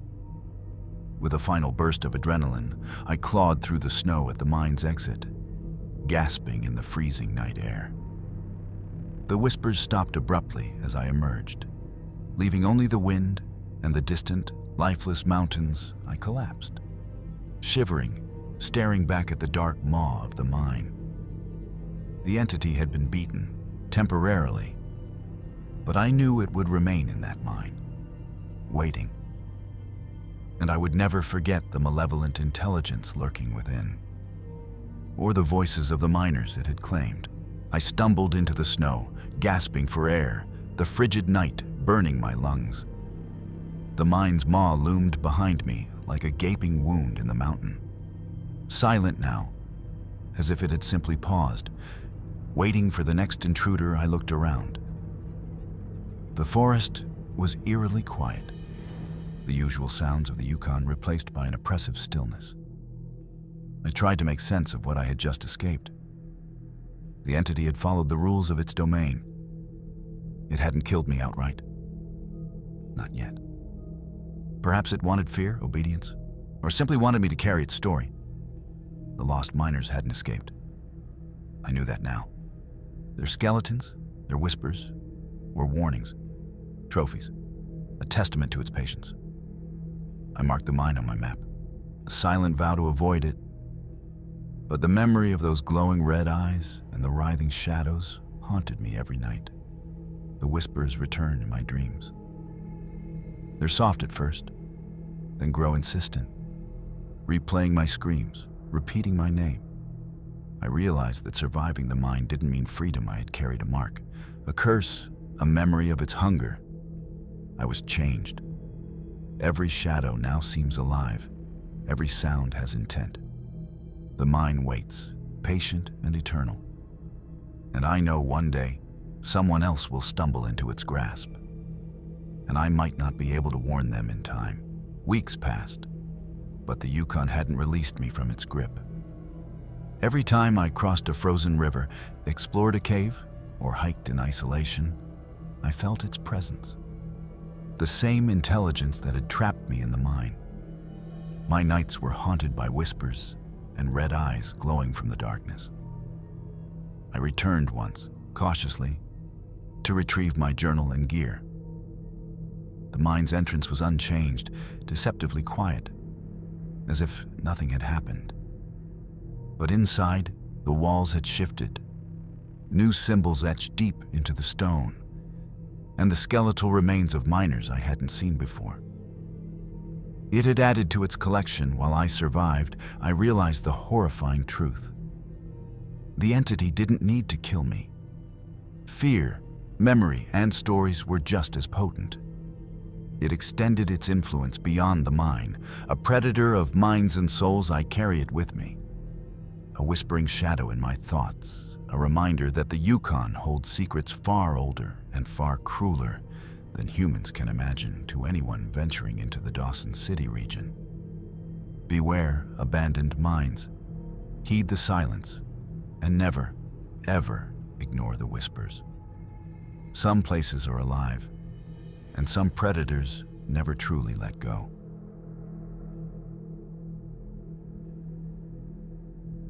My name is Mara Thompson, and I've spent years exploring the wilderness of the Yukon, documenting remote locations for survival guides and travel journals. But nothing prepared me for what I found near Kluane Lake, a cabin that shouldn't have existed. It was early November, the lake already partially frozen, and I was scouting the area for winter shelter locations. The snow was thick, muffling every sound, creating a world that seemed unreal. Then I saw it. A small wooden cabin, perfectly intact, smoke curling lazily from its chimney, lights flickering inside the problem. No map or local record mentioned this cabin. No trail led to it. And the area had been reported uninhabited for decades. My rational mind screamed that it was impossible. Yet every instinct told me to approach curiosity overcame fear, as it often does in people like me. I stepped closer, snow crunching beneath my boots. The door was slightly ajar, as though inviting me in. I called out, "Hello? Anyone home?" There was no response, only the faint creak of floorboards inside. I pushed the door open slowly, and a warm glow spilled onto the snow, contrasting sharply with the freezing air inside. The cabin looked normal at first glance. A wood stove, a table with chairs, a small pile of firewood. But there was something wrong. The air felt thick, oppressive, heavy, and the silence was unnatural, almost expectant. And then I noticed it. Photographs on the walls, black and white images of people I didn't recognize, their faces twisted in expressions of terror, eyes hollow, staring directly at me. A chill ran down my spine. I wasn't alone. Something was watching, patient, waiting. I stepped fully inside the cabin, my boots crunching on the rough wooden floor. The air was heavy, almost suffocating, and the warmth from the stove seemed unnatural. Cloying, as if it belonged to another world, I approached the photographs on the walls. Each one was more disturbing than the last. Black and white images of people, frozen in terror. Some were contorted in screams, others blank-faced, staring at something unseen. What terrified me most was that each photograph seemed recent. The snow on their coats still crisp, their eyes eerily lifelike. I ran my fingers along one frame and felt a faint vibration, like a pulse. My heartbeat raced. That's when I heard it, a whisper, soft, almost gentle. Finally, someone sees us. I spun around. No one was there. My flashlight beam caught a shadow moving in the corner, not human, elongated, indistinct, almost liquid in shape. The whispering continued, overlapping voices speaking in a language I didn't know, yet the meaning was clear. I was being watched, studied, trapped. I tried to rationalize, telling myself it was the wind, my imagination, exhaustion. But the photographs, their eyes followed me. The shadows stretched closer, flickering with the movement of an unseen presence. The cabin felt alive, as though it had waited decades for someone to stumble inside. I realized then that the warmth, the smoke, the light, it was all a lure, a trap. And I had walked right into it. I tried to leave the cabin, but the door had vanished. No matter where I looked, the entrance was gone. Replaced by a solid wall of wood and frost, panic set in. The whispers grew louder, overlapping now, repeating my name, circling the room, almost chanting. I turned to the stove, and my blood ran cold. The fire flickered unnaturally, and the whispers seemed to emanate from it. The flames formed shapes, faces screaming, Hands reaching out, mouths moving without sound, I stumbled back, heart hammering. But the floor beneath me creaked, groaned, as if the cabin itself was breathing. The photographs on the wall shifted subtly, the eyes now following me wherever I moved. One image, a man with hollow eyes, seemed to blink at me. Another twisted into a grin that I knew wasn't there before. Then I heard a voice, clearer than before. "You came, now you stay." It wasn't human, not entirely. It was inside me, inside the cabin. A presence older than the forest, older than the lake. I realized with growing horror that this wasn't a haunted cabin. It was alive, and it fed on fear. The warmth wasn't comfort, it was sustenance. And now I was its prey. I needed to escape. But as I ran toward where the door had been, shadows lunged from the corners and the whispers multiplied, filling my mind with visions of terror I couldn't forget. I stumbled toward where the door had been, but the walls of the cabin seemed to shift, bending subtly as if alive. Each step I took, the space stretched impossibly, disorienting me. The whispers multiplied, overlapping, calling me by name, mocking me, coaxing me to look at the photographs again.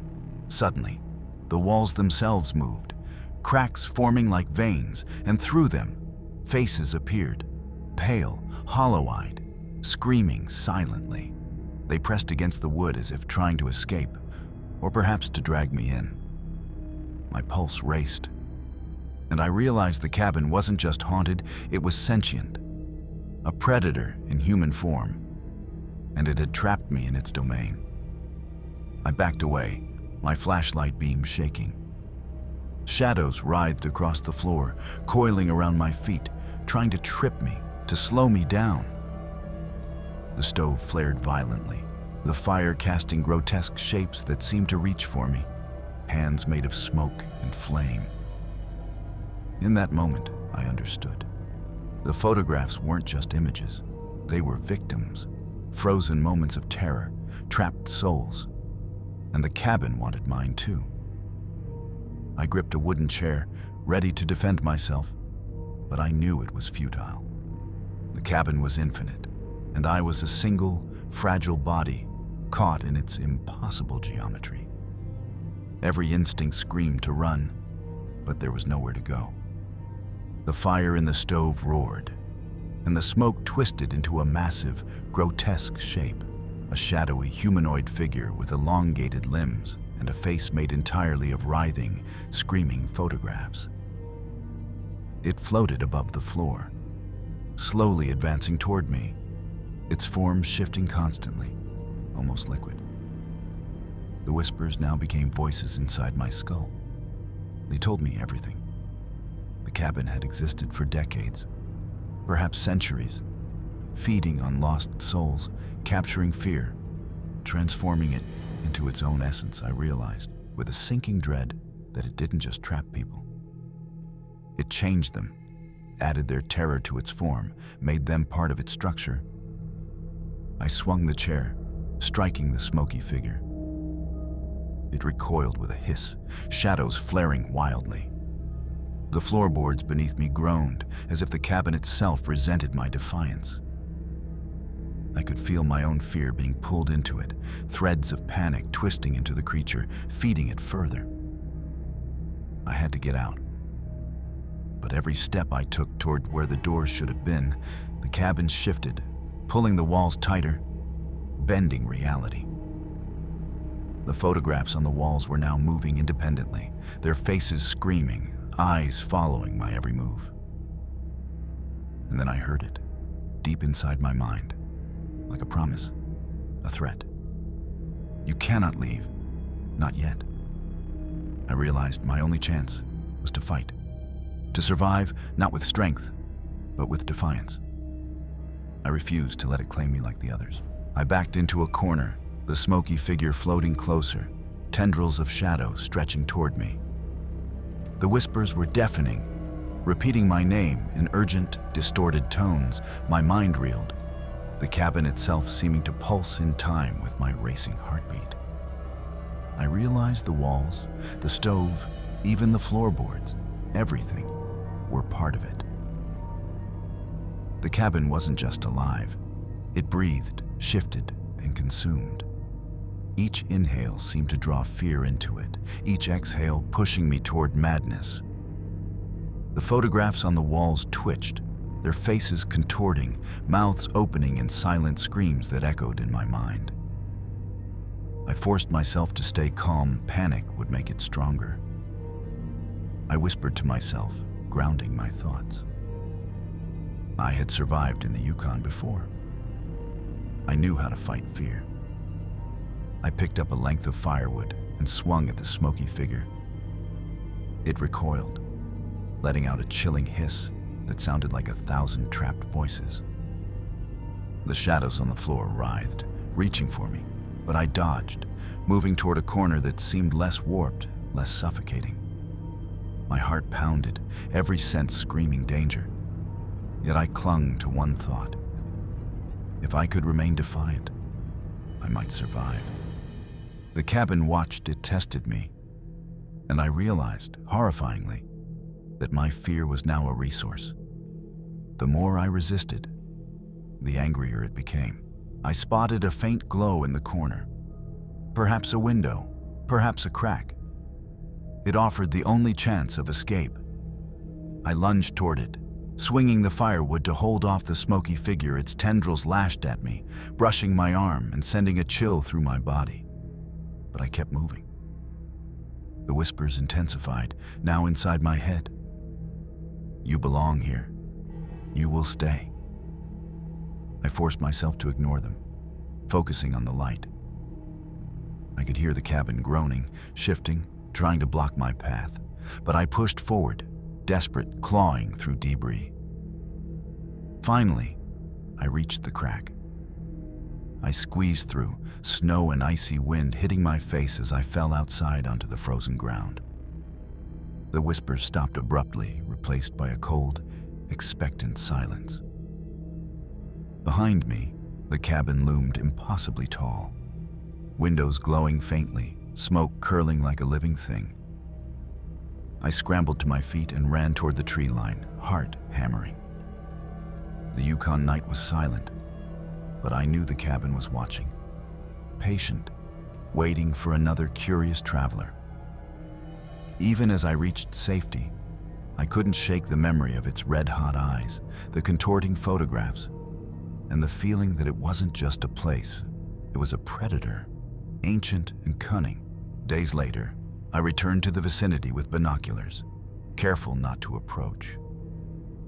The cabin had vanished. No trace of it remained, no footprints, no smoke, no structure. The snow-covered forest was undisturbed, quiet, and serene. Yet I could feel it, a lingering presence, an oppressive weight pressing against my mind. The memory of those photographs, the twisted faces, the whispers, haunted me. Every shadow at night seemed alive. Every crack of wood in my cabin at home sounded like it could bend and shift, forming a doorway into its lair. I spoke to locals about the area. No one had seen a cabin there for decades, and some even laughed nervously when I described it. But one old trapper's warning echoed in my mind. Some places in the Yukon, they aren't empty, they watch, they wait, and sometimes they let you leave, just to come back later.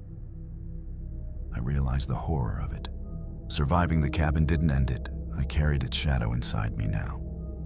A lingering fear, a whisper that might never fade. And the thought of anyone else stumbling into that area made my stomach churn. The phantom cabin of Kluane Lake wasn't gone. It was patient, it was intelligent, and it was still hungry. Weeks passed, but the memory of the cabin refused to fade. Every night, I dreamt of it, smoke curling, walls bending, the photograph's hollow eyes staring into mine. But then the dreams began bleeding into reality. One evening, while driving along a remote Yukon road, I saw a flicker of warm light in the distance. my blood ran cold. My rational mind argued it was a hunter's cabin, a simple campfire. Yet, deep down I knew.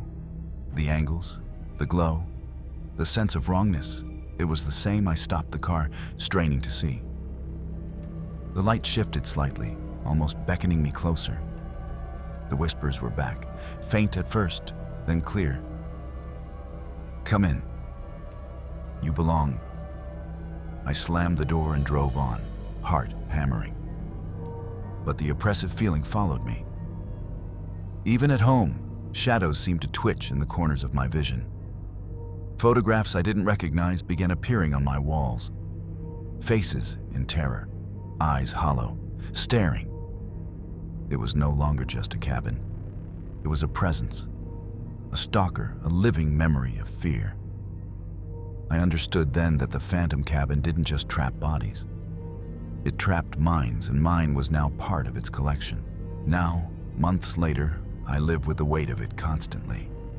Even surrounded by people, I feel its presence. A whisper at the edge of hearing, a shadow at the corner of my vision.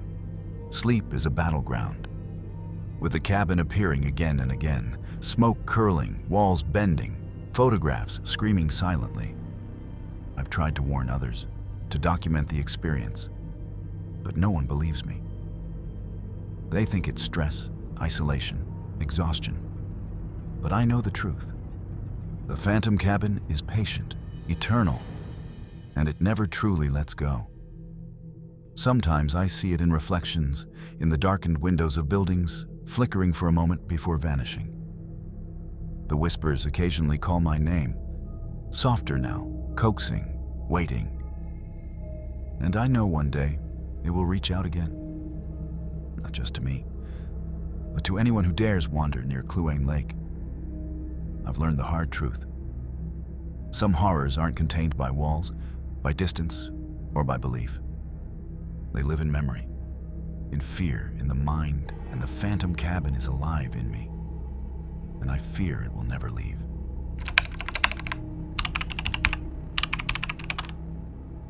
My name is Ethan Collins, and I drive long stretches of the Yukon every winter for work, transporting supplies to remote lodges. But one night, on a stretch of highway frozen solid and coated in black ice, I encountered something I will never forget. It was around 11 p.m. The road was empty, the sky a swirl of aurora borealis streaking across the dark, starless night. My truck hummed quietly as I navigated the icy curves. That's when I saw her, a lone figure on the shoulder, shivering in a tattered parka, thumb out, signaling for a ride. I slowed and pulled over. Her face was pale, almost translucent in the headlights. She smiled faintly, but there was something unnatural in her eyes, a hollow emptiness that made my stomach knot. "Please, I need a ride," she whispered. Against my better judgment, I unlocked the door. She climbed in silently, the cold from her parka chilling the cab. The air seemed heavier now, thicker, as if the temperature itself had dropped. I tried to make small talk, asking her name. She didn't answer, just stared ahead, eyes fixed on the dark road. Minutes passed in silence. Then I glanced at the rearview mirror. Heart stopped. Her reflection wasn't right. Her eyes were fully black, pupils absent, and her mouth stretched into a grin that wasn't human. Before I could react, she whispered again, a voice that was everywhere and nowhere at once. "Drive, or you'll never leave this highway." I stepped fully inside the cabin, my boots crunching on the rough wooden floor. The air was heavy, almost suffocating, and the warmth from the stove seemed unnatural. Cloying, as if it belonged to another world, I approached the photographs on the walls. Each one was more disturbing than the last. Black and white images of people, frozen in terror. Some were contorted in screams, others blank-faced, staring at something unseen. What terrified me most was that each photograph seemed recent, the the snow on their coats still crisp, their eyes eerily lifelike. I ran my fingers along one frame and felt a faint vibration, like a pulse. My heartbeat raced. That's when I heard it, a whisper, soft, almost gentle. Finally, someone sees us. I spun around. No one was there. My flashlight beam caught a shadow moving in the corner, not human, elongated, indistinct, almost liquid in shape. The whispering continued, overlapping voices speaking in a language I didn't know, yet the meaning was clear. I was being watched, studied, trapped. I tried to rationalize, telling myself it was the wind, my imagination, exhaustion.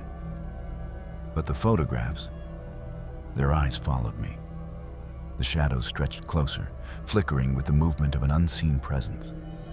The cabin felt alive, as though it had waited decades for someone to stumble inside. I realized then that the warmth, the smoke, the light, it was all a lure, a trap.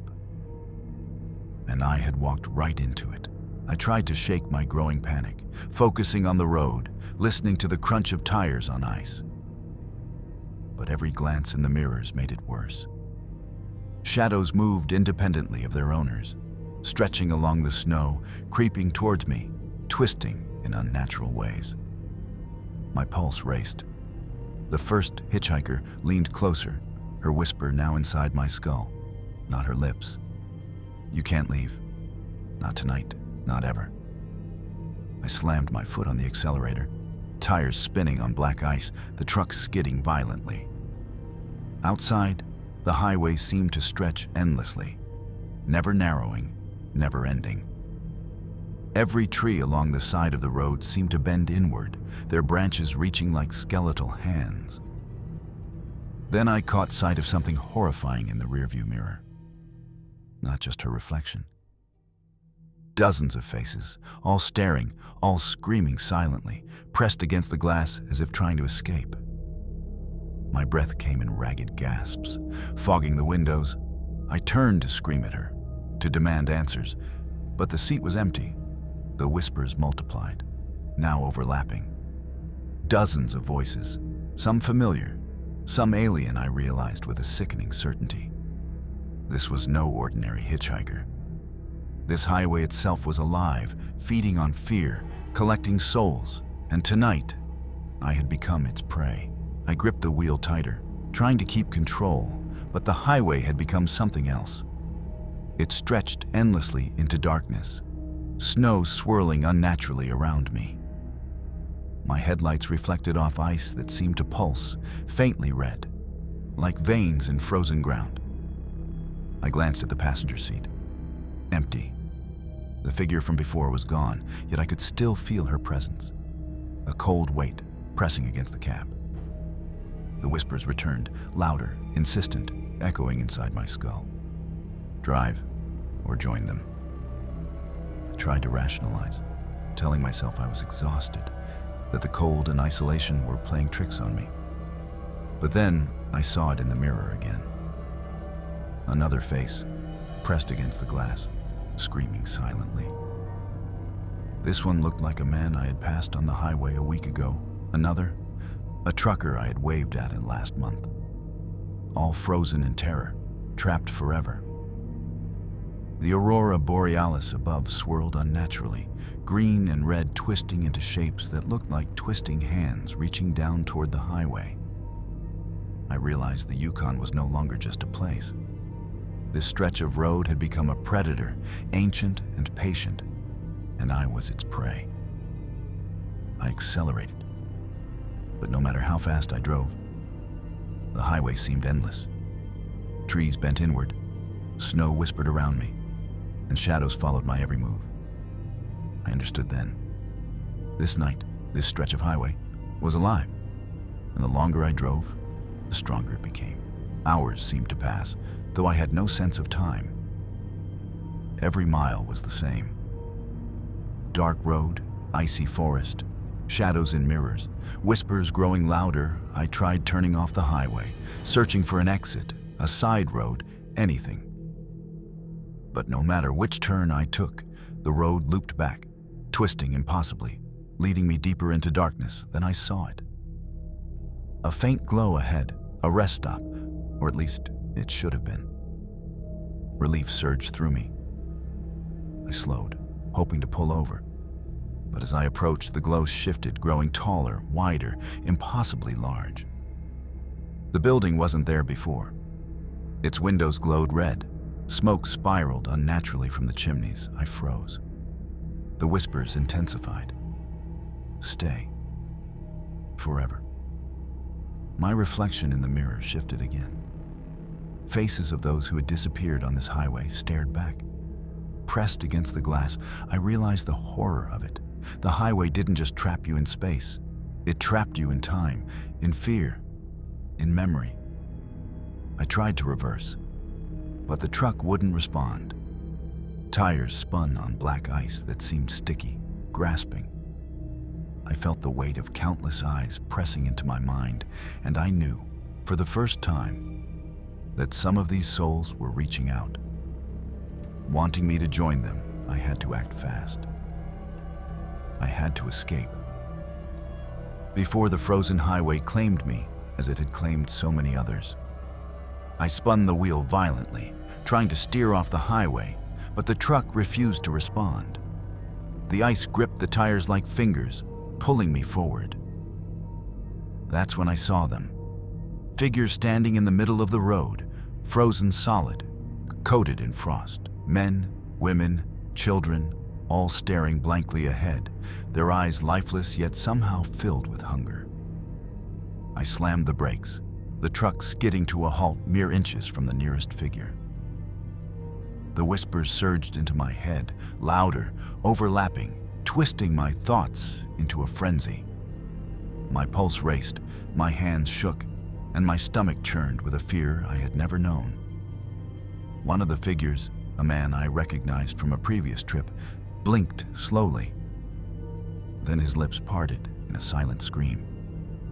The air grew thicker, colder, and I could feel the highway pressing down, bending reality around me. I realized the frozen figures weren't just obstacles. They were warnings. Trapped souls turned into sentinels, guarding the highway and its secrets, and if I hesitated too long, I would join them.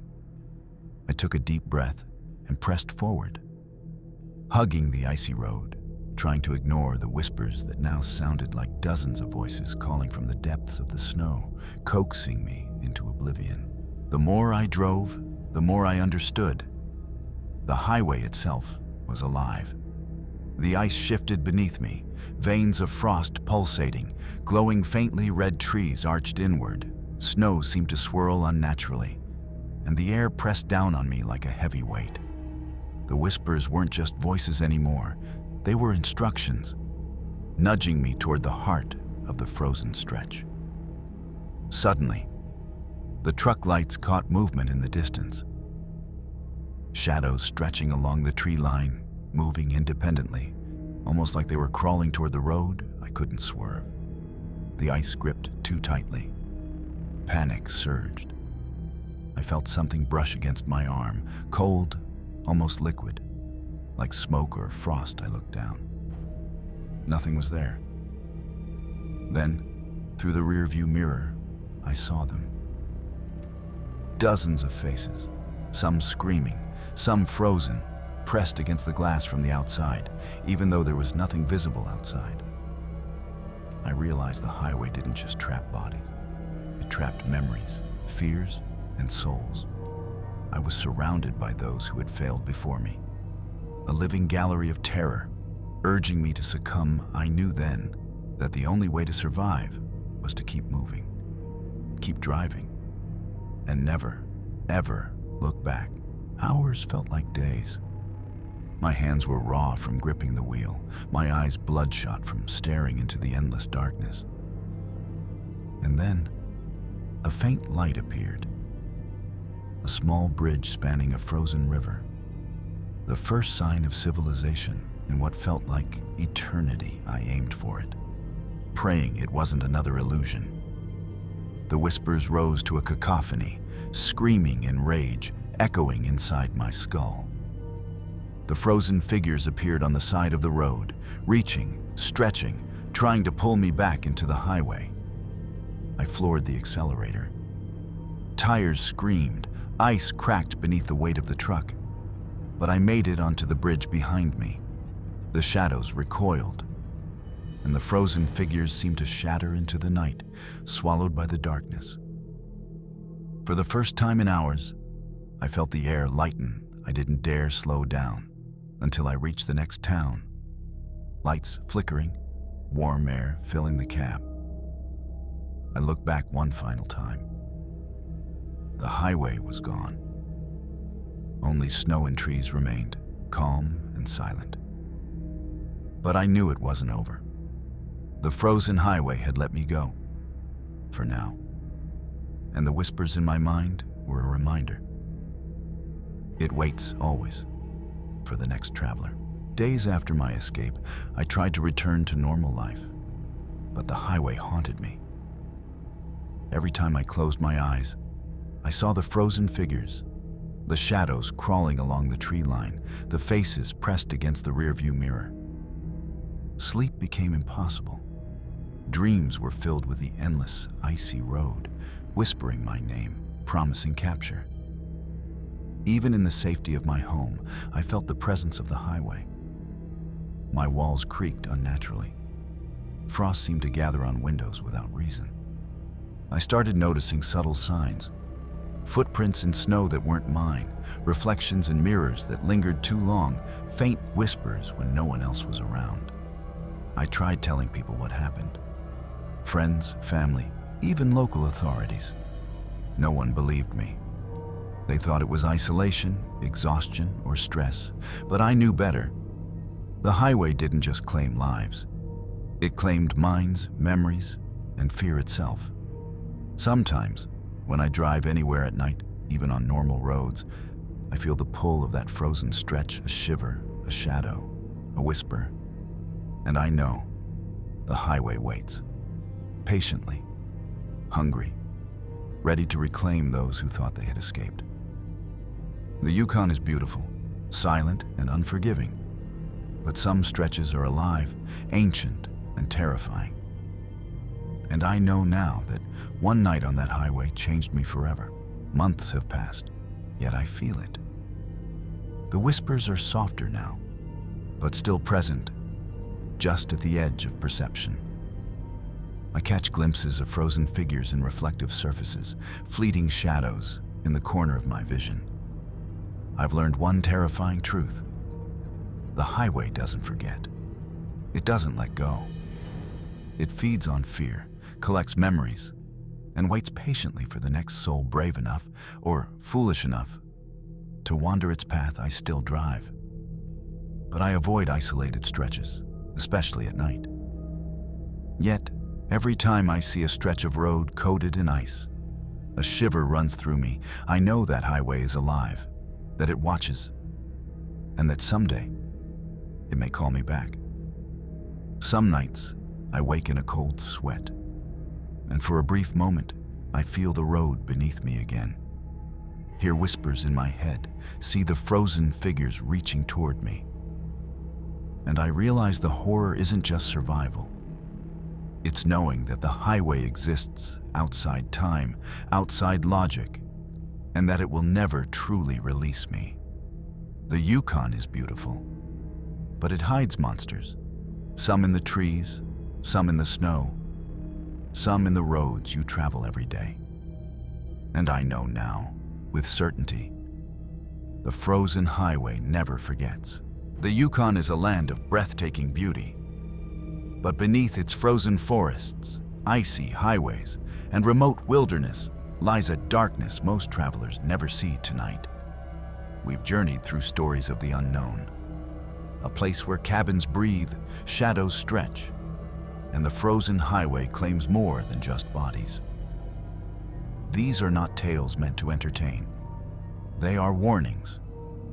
The whispers in the wind, the shifting trees, the haunted stretches of road, and the silent figures in the snow all serve as reminders. Fear is real, and some places in this world hold secrets that defy explanation. To the Dark Fears family, remember this. Curiosity can be dangerous, and even when you think you're safe, some horrors linger, patient and eternal. The Yukon doesn't forgive, and its terrors often follow long after the night has ended. If tonight's stories taught us anything, it's that some encounters leave a mark, a shadow that refuses to fade. The fear you feel now, sitting in your room, is proof that the world is far stranger and darker than most will ever believe. Thank you for joining me on this journey into the frozen, haunted corners of the Yukon. Stay vigilant, trust your instincts, and remember, sometimes the most terrifying things are not the monsters we see, but the ones we cannot escape from. Thanks for watching. This was Dark Fears.